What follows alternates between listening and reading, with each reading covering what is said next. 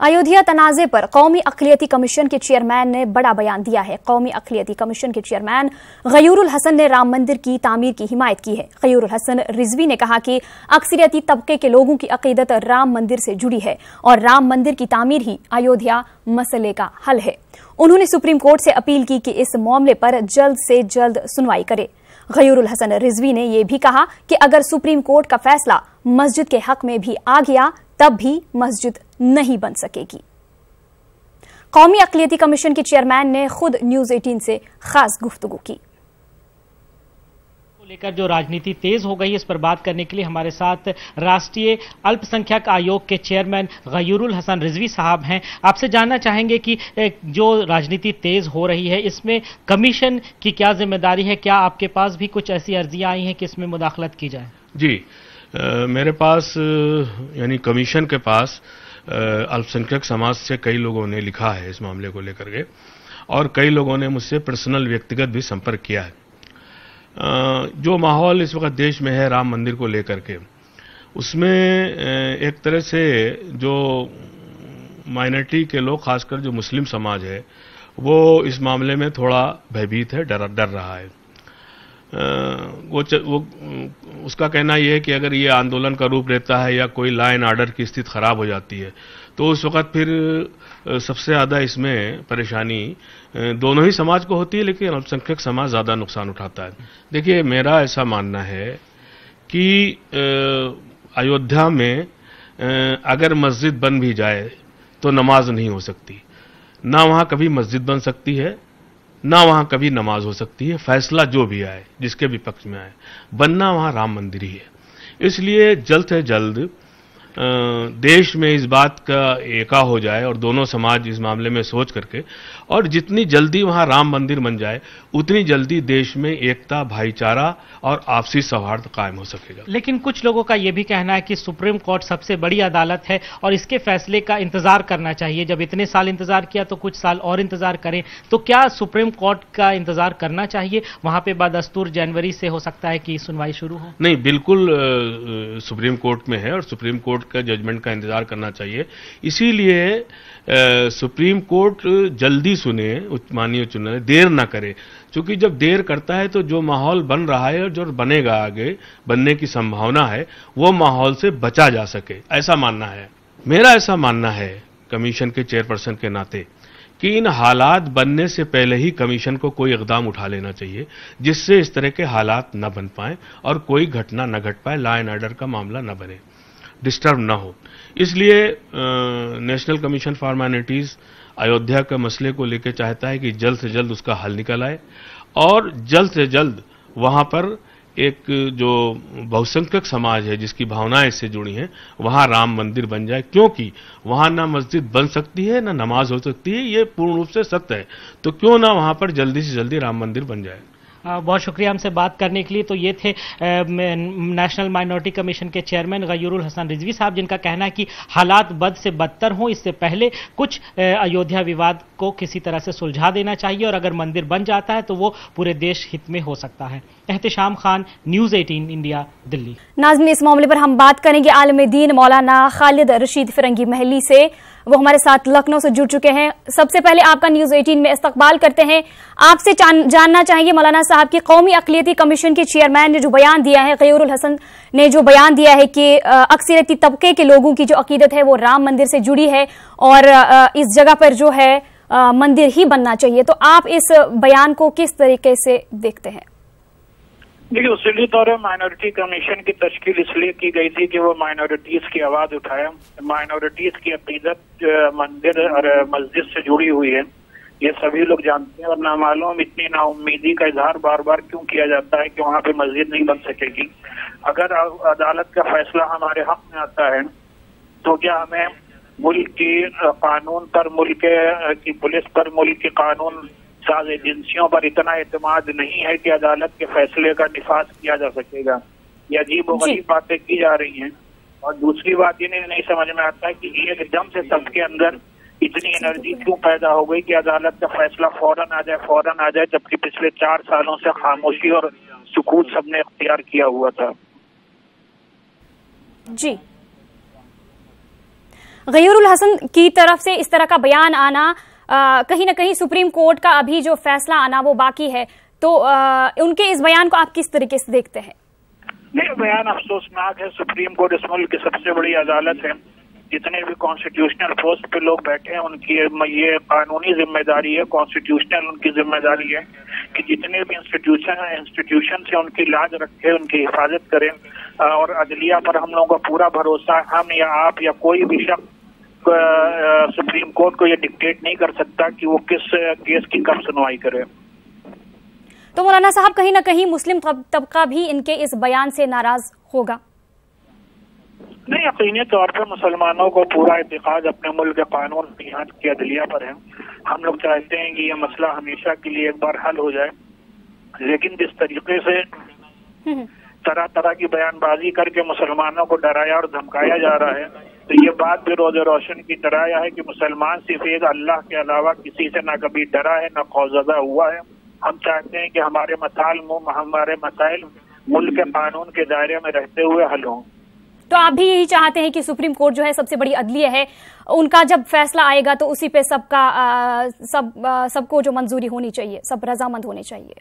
यानी यकीनी तौर पे दिवाली का मौका है, खुशी का मौका है, खुशी और मसरत का मौका है, हमारे हिंदू भाइयों का बड़ा त्योहार है। कम से कम इस मौके पर इस तरीके की बयानबाजी और सियासत नहीं होनी चाहिए। जी चलिए मौलाना साहब, बहुत बहुत शुक्रिया हमारे साथ जुड़ने के लिए। जफर याब जिलानी हमारे साथ इस वक्त जुड़े हुए हैं।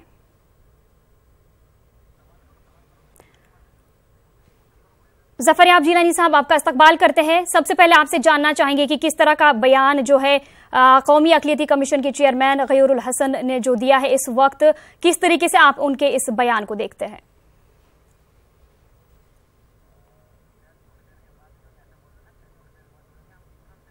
नाजरीन, हमारा राबिता मुनक़त्ता हो गया। इस वक्त हमारे साथ रिपोर्टर है खुर्रम शहजाद हमारे साथ जुड़ चुके हैं दिल्ली से। खुर्रम शहजाद, कौमी अक़लियती कमीशन के चेयरमैन गयूरुल हसन ने जो बयान दिया है, किस तरीके से इस बयान को देखा जा रहा है? देखिए, ये तो तरह तरह के जो रद्द अमल हैं वो सामने आएंगे, और ख़ास तौर से इस वक्त जो गयूरुल हसन रिजवी और ख़ास कौमी अक़लियती कमीशन के चेयरमैन जो हैं उन्होंने बयान दिया है। दरअसल उनका कहना है कि 14 तारीख को उनकी मीटिंग होने वाली है, उस मीटिंग में वो तय करेंगे, लेकिन इससे पहले उनसे कई लोग जो है उनसे मिल चुके हैं, उनको कई लोग जो है तहरीर में दे चुके हैं कि इस मसले में कौमी अक़लियती कमीशन को वो सरगर्म अमल होना चाहिए। कि आमतौर से कमीशन की दलील ये है कि आमतौर से होता यह है कि जब कोई वाक़या हो जाता है, कोई सानिया हो जाता है, तो कमीशन के लोग बाद में जाते हैं, इंक्वायरी करते हैं, लेकिन वो ये चाहते हैं कि मुल्क में जो हालात ख़राब ना हो, इसको देखते हुए कमीशन ये चाहता है कि वो अपने दस्तूर और जो उसका दायरा है उसमें रहते हुए वो क्या कर सकता है, इसको लेकर के 14 तारीख को फैसला करेगा। लेकिन कहीं ना कहीं ये वो ज़बान है जो साधु संत बोल रहे हैं, वो ये कह रहे हैं कि जल्द से जल्द फैसला किया जाए।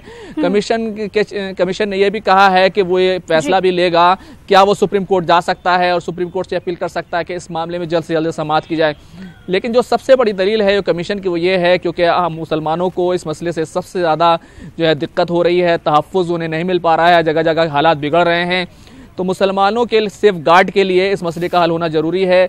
लेकिन जो इस मसले का हल उनकी नज़र में नज़र आया कि वहाँ पर मंदिर बना दिया जाए, उसकी दलील ये उन्होंने दी है क्योंकि अगर फैसला किसी के भी हक़ में आए लेकिन वहाँ पर मस्जिद नहीं बन सकेगी, वहाँ पर नमाज नहीं हो सकेगी, मुसलमानों के लिए और मस्जिदें हैं, ये सबसे बड़ी बात है। अब ये देखना ये होगा कि एक कॉन्स्टिट्यूशन ओहदे पर बैठा हुआ शख्स अगर वो इस तरह की बात कर रहा है तो उसको देखना होगा कि क्या वाकई मुल्क के हालात इस कदर बिगड़ चुके हैं कि अब राम मंदिर के अलावा कोई रास्ता नहीं है, और अगर ऐसा है तो फिर हुकूमत और लॉ एंड ऑर्डर का जो बात होती है वो कहाँ पर है, तो ये सबसे बड़ा सवाल होगा। लेकिन कमीशन फ़िलहाल ये है कि 14 तारीख को एक मीटिंग होगी, कमीशन के सारे लोग उसमें शामिल होंगे और तब ये फैसला किया जाएगा कि कमीशन इस सिलसिले में क्या कदम उठा सकता है। उल्फत, खुर्रम शहजाद, आप हमारे साथ बने रहिए, आपसे दोबारा हम बात करेंगे। इस वक्त हमारे साथ बाबरी मस्जिद एक्शन कमेटी के कन्वीनर जफर याब जिलानी जुड़ चुके हैं। जफर याब जिलानी साहब, आपसे जानना चाहेंगे कि इस तरह का बयान जो अक़लियती कमीशन के चेयरमैन की जानिब से आया है, किस तरीके से इस बयान को देखा जाए? अभी जो है मामला सुप्रीम कोर्ट में चल ही रहा है। देखिए, अक़लियती कमीशन के चेयरमैन एक अक़लियती कमीशन एक्ट के तहत अपॉइंट होते हैं और उनका दायरा कार उस एक्ट के तहत अपने फराइज की पूरा करना है। उस एक्ट में कहीं नहीं ये बात दी हुई है कि अक़लीती कमीशन इस बात को देखेगा कि मुसलमान अपना हक कहीं छोड़ दें। तो हक को प्रोटेक्ट करने के लिए कमीशन बनाया गया है, ना कि हक छोड़ने के लिए। लिहाजा उनका यह बयान कतई एक्ट की मर्जी के खिलाफ है।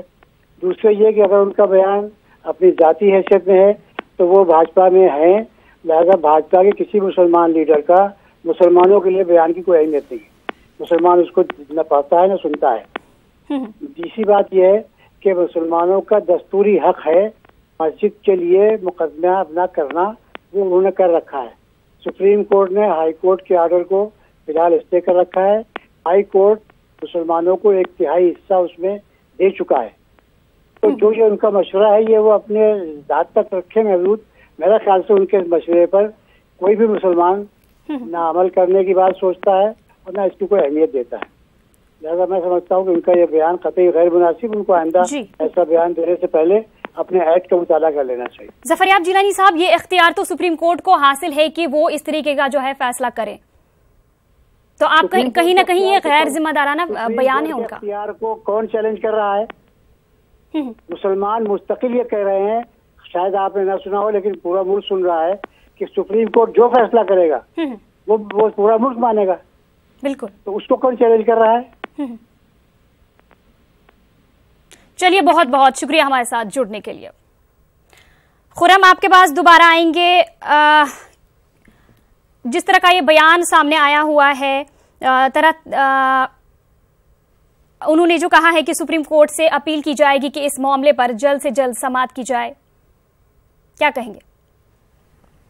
देखिए, अभी जो जिस तरह से समाअत हो रही थी, जब तक साबिक चीफ जस्टिस दीपक मिश्रा की बेंच समाअत कर रही थी तो ये समाअत हो रही थी, लेकिन जिसके बाद जब दीपक मिश्रा रिटायर हो गए तो उसके बाद जब जस्टिस गगोई की जो बेंच आई है, उन्होंने जनवरी के महीने में ये तय किया है कि वो बताएंगे कि कौन सी बेंच सुनवाई करेगी और कब किस तरह से इस मामले की सुनवाई होगी। तो सुप्रीम कोर्ट ने एक तारीख दे दी है। ऐसा नहीं है कि इस मामले में सुनवाई नहीं हो रही है, लेकिन कहीं ना कहीं जो हिंदू फरीक है उनकी तरफ से लगातार ये दबाव बनाया जा रहा है। अभी दिल्ली में 2-3 दिन पहले ही एक मीटिंग हुई थी साधु संतों की। उन्होंने साफ तौर पर हुकूमत हिंद को ये एक तरह से इंतबाह दिया है और कहा है कि इस मसले को जल्द से जल्द हल किया जाए और पार्लियामेंट से कानून बनाकर हल किया जाए। तो कहीं ना कहीं सुप्रीम कोर्ट पर दबाव बनाने की कोशिश है, लेकिन हम देखते रहे सुप्रीम कोर्ट अभी तक किसी तरह के दबाव में आता नहीं रहा है और आगे भी उम्मीद की जानी चाहिए कि सुप्रीम कोर्ट का जो पैमाना है वो जारी रहेगा। हमने पिछले दिनों जब भी देखा था, जब कांग्रेस के सीनियर लीडर कपिल सिब्बल जो सुन्नी वक्फ बोर्ड की तरफ से मुकदमे की पैरवी कर रहे थे, उन्होंने कहा था इस मसले की समाअत 2019 के बाद होनी चाहिए, लेकिन सुप्रीम कोर्ट ने उस पर की भी कोई परवाह नहीं की थी और कहना चाहिए कि सुप्रीम कोर्ट ने अपने तरीके से सुनवाई की है। तो सुप्रीम कोर्ट अपने तरीके से इस मामले की सुनवाई करेगा और जनवरी के महीने में यह तय होगा किस तरह से इस मामले की सुनवाई होगी। लेकिन जिस तरह से कौमी अक़लियती कमीशन का बयान आया है, उससे साफ है कि हुकूमत पर जो है दबाव जो है वो ज़्यादा बढ़ता जा रहा है और कहीं ना कहीं कह सकते हैं कि एक तरह से नब्ज़ टटोलने की कोशिश की जा रही है, खासतौर से अक़लियती तबके की, कि वो इस मसले को किस हद तक हल करने के हक में है। और ख़ास बात यह है कि कई मरतबा गुफ्तगू हो चुकी है, बातचीत से मसले को हल करने की कोशिश की जा चुकी है, लेकिन वो कभी कामयाब नहीं हुई है। दोनों ही फरीक कहते हैं कि बातचीत से मसले को हल करना चाहते हैं, लेकिन कभी भी कोई ऐसा एजेंडा, कोई ऐसा फार्मूला अभी तक पेश नहीं किया जा सका है जिसके बुनियाद पर कहा जा सके कि दोनों ही राजी हों और दोनों ही बातचीत करना चाहते हों। तो बहरहाल ये बयानबाजी अपनी जगह है, लेकिन कमीशन का ये जो कदम है वो आने वाला वक्त बताएगा और ख़ासतौर से 14 तारीख बताएगी कि क्या कमीशन का एक्ट जो है और उसका दस्तूर जो है और उसकी जो हदें हैं, क्या वो उसको सुप्रीम कोर्ट में जाने की इजाज़त देती हैं, क्या वो अपील कर सकता है सुप्रीम कोर्ट में जाकर के। बहरहाल ये जो है 14 तारीख को तय होगा। उल्फत, बिल्कुल, बहुत बहुत शुक्रिया खुर्रम हमारे साथ जुड़ने के लिए और तमाम तर तफसीलात हमें फराहम करने के लिए।